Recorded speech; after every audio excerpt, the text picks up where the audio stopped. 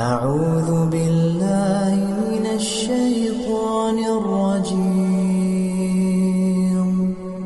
بسم الله الرحمن الرحيم. تبارك الذي جعل في السماء بروجا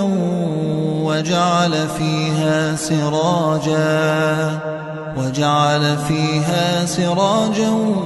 وقمرا منيرا وهو الذي جعل الليل والنهار خلفة لمن أراد أن يذكر أو أراد شكورا وعباد الرحمن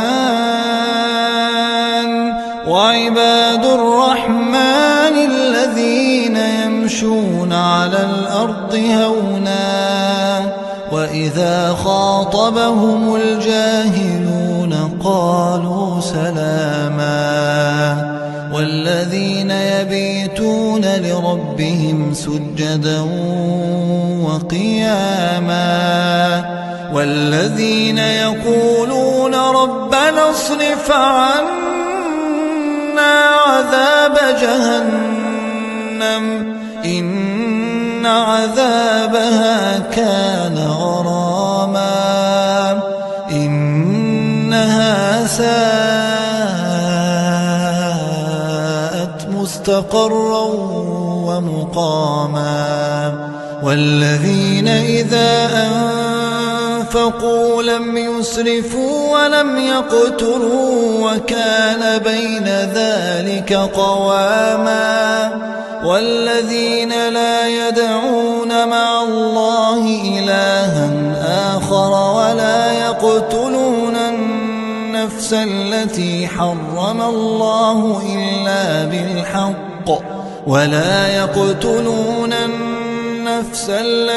حرم الله إلا بالحق ولا يزنون ومن يفعل ذلك يلقى أثاما يضاعف له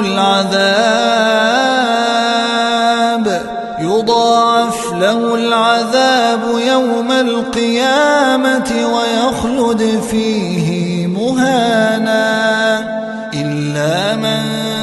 تاب وآمن وعمل عملا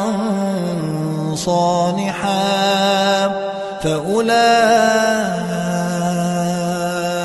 يبدل الله سيئاتهم حسنات وكان الله غفورا رحيما.